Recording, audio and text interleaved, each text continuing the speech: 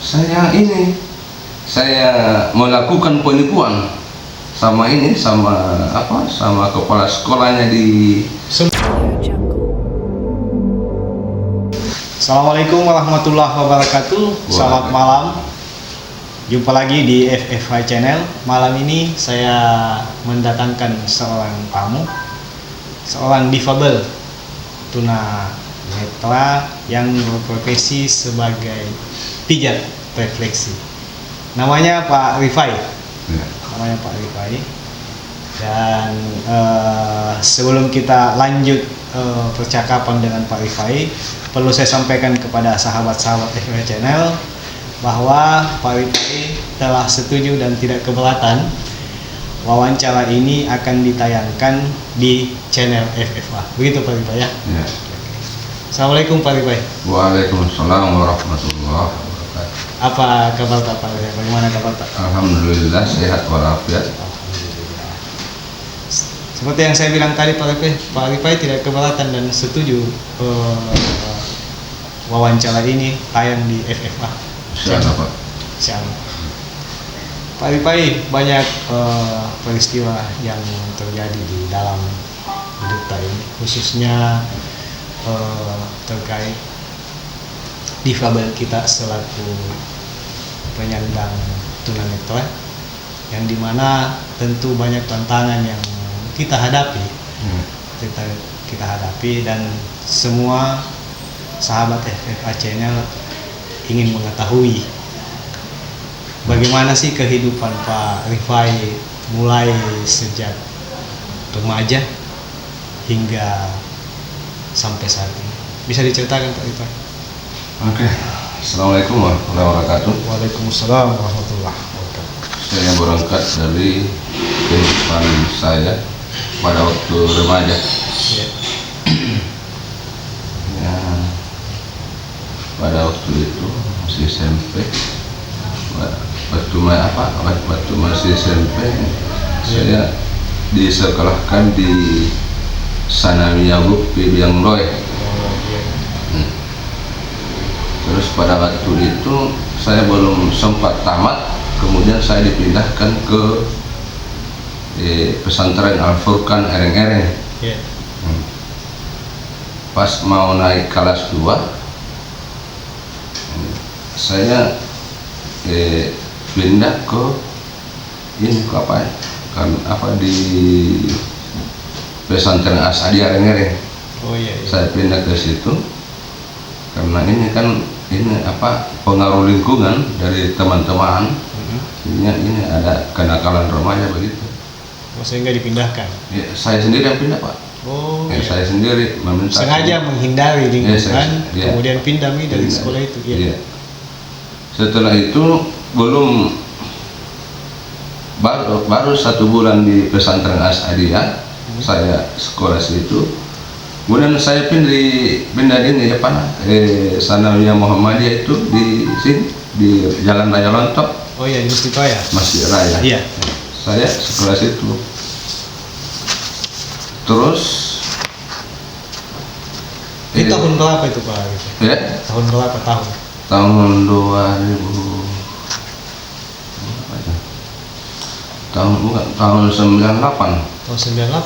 Ya, 97 Pak. Pada waktu itu bapak saya tidak menyetujui saya sekolah di Sanawiyah Muhammadiyah. Oh iya. Akhirnya saya pulang kampung, tinggal di rumah, kerja kebun, kerja sawah pada waktu itu. Terus tiba-tiba ada teman saya yang dari pesantren Hidayatullah Kalimantan, kebetulan dia orang Papancamba. Iya. Dia meminta saya ke pesantren Hidayatullah. Terus bapak saya setuju, sepakat pada waktu itu. Dia kirim saya ke sana di pesantren Hidayatullah, sekolah sana.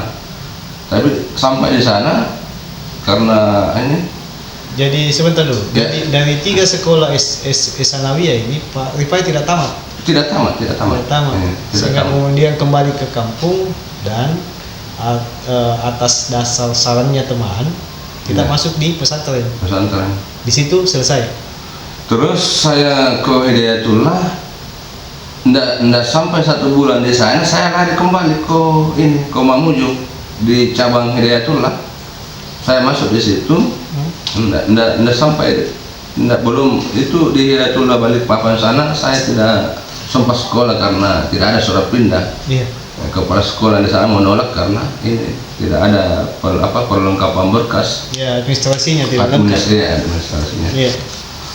Kemudian saya lari ke ini di Mamuju, ke kota Mamuju. Itu proses pelarian tak dari pesantren Hidayatullah ke Mamuju.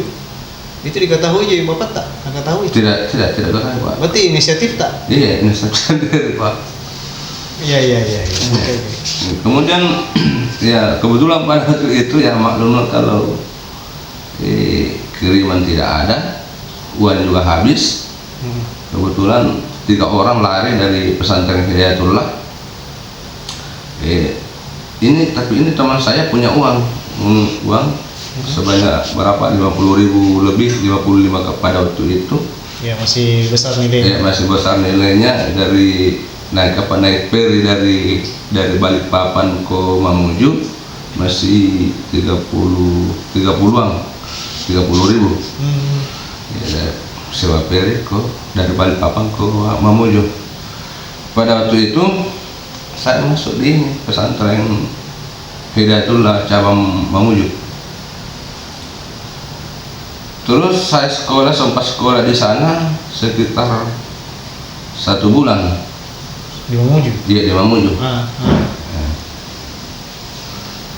1 bulan kemudian saya ini berusaha untuk kembali ke Bantaeng, tapi tidak ada uang, Tidak mudah. tidak modal. Ya. Terus apa yang kita lakukan sehingga bisa kembali ke Bantaeng? Pada waktu itu saya melakukan penipuan sama kepala sekolahnya di. Sempat melakukan penipuan. Sempat melakukan Belum penipuan. berniat tapi sudah melakukan.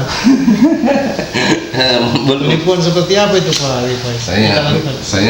Saya ngomong sama kepala sekolahnya Hidayatullah, bilang, Pak, saya mau kembali ke Bantaeng ini, saya mau ambil surat pindah baru ke sini. Iya.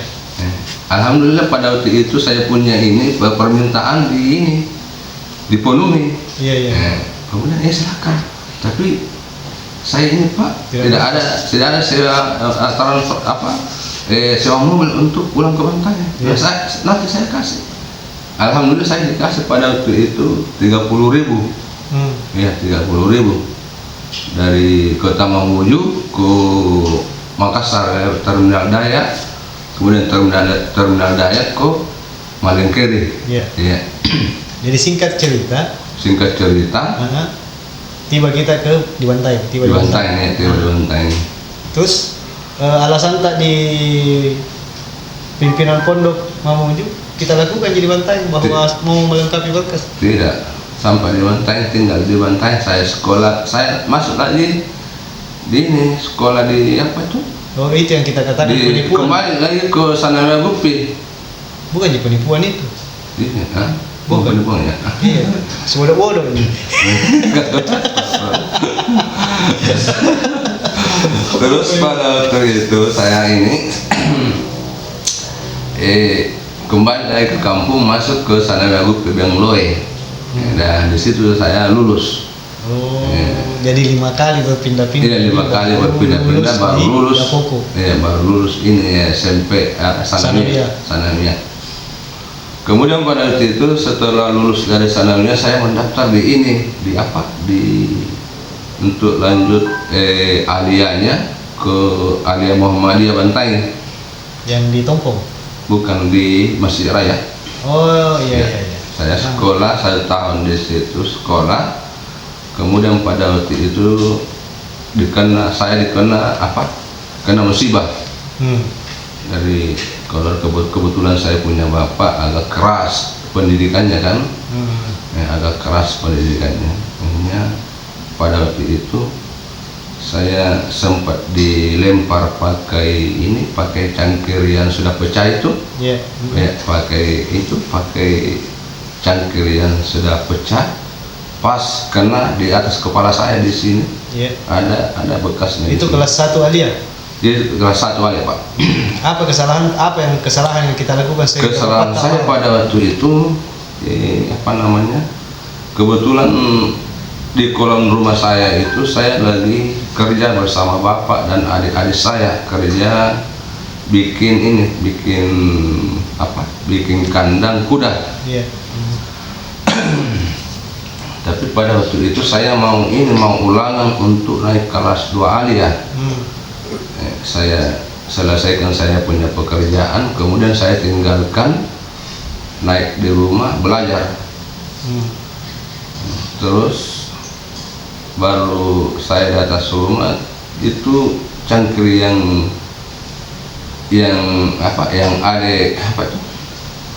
cangkir yang ada di bangku itu jatuh, lalu pecah. Dikirain saya yang pecah, yang pecah itu cangkir, sehingga bapak saya marah dan melempari saya. Hanya kesalahan itu saja, sehingga saya dilempar cangkir yang pecah. Dan saya pada waktu itu mau naik kelas 2 alia, habis ulangan saya tinggalkan bantaing, kemudian menuju ke Palopo. Saya bawa semua rapor, bawa ijazah. Kebetulan ada niat untuk melanjutkan sekolah di sana, di Palopo Selatan. Sendiri ke sana? Sendiri, Pak, di Palopo Selatan, di tempat di Desa Nolin, Kecamatan Bupon. Ya, Desa Nolin, Kecamatan Bupon. Kebetulan ada yayasan di sana, pesantren